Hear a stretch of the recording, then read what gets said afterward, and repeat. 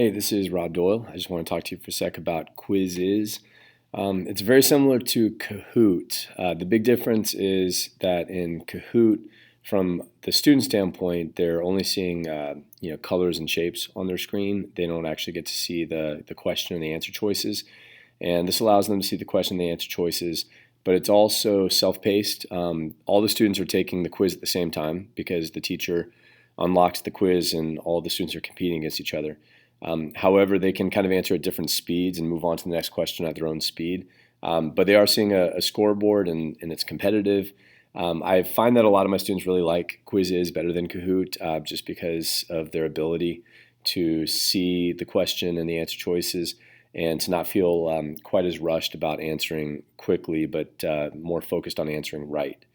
Anyway, so you can just Google Quizizz, but it's quizizz.com.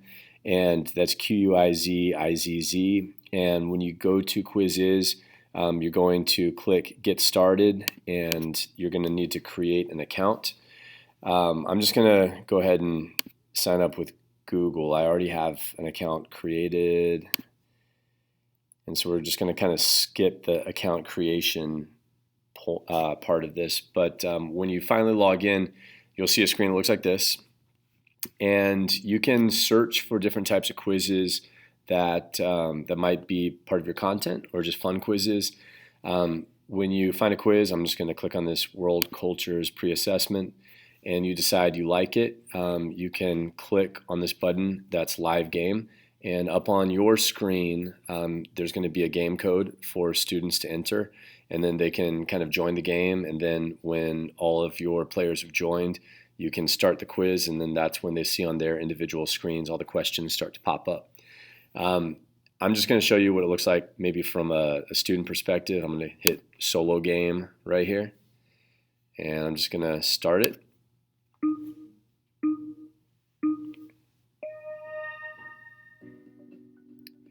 So as you can see, you're able to add images, and this is what the interface looks like.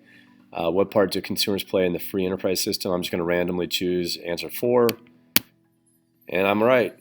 So, they have these clever images, and I can see myself kind of moving up in the standings. Languages categorized in social studies as. I'm just going to, again, choose the randomly number 4, political, not right. It's going to give me another kind of image, and I kind of go down in the rankings. So anyway, I'm going to go ahead and exit here.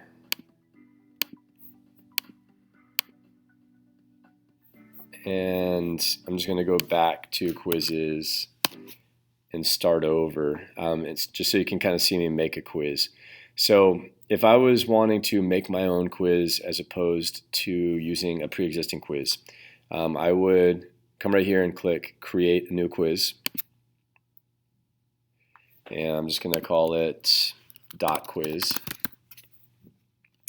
When I registered, I kind of selected different types of classes that I teach, and I'm just going to choose this one, Geography and Global Studies, and click Next. And then I'll create a new question. I am going to use media here, and I'm going to add this blue dot. I hope I can add the blue dot.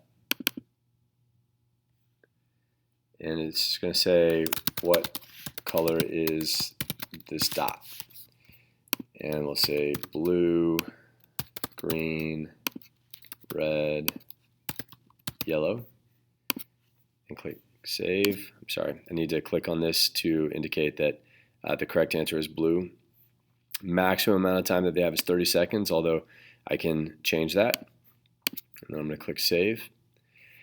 And then I can continue creating questions. When I'm done, I click Finish Quiz.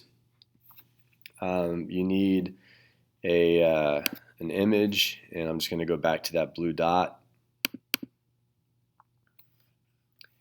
And you select, what kind of grades this is appropriate for, and click Save. And this shows that you can share it with other teachers on your staff, because a lot of teachers at College Level Heritage, they also use Quizizz. I'm just going to exit out of this, and I'm just going to play the solo game just so you can kind of see again what it looks like from the student perspective.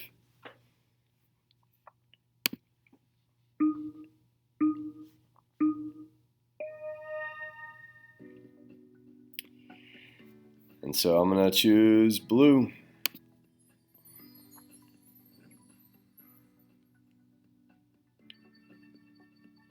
And yeah, so it's as easy as that. The students are able to kind of see how they're doing in the ranking, and from the teacher perspective, you can see how the students are doing, but you can also see the individual questions and look at what percentage of students are getting those questions correct. And it's always a really cool formative assessment where, like for me as a teacher, I will notice if there are certain concepts that I need to go back and reteach because a lot of my students are missing those questions.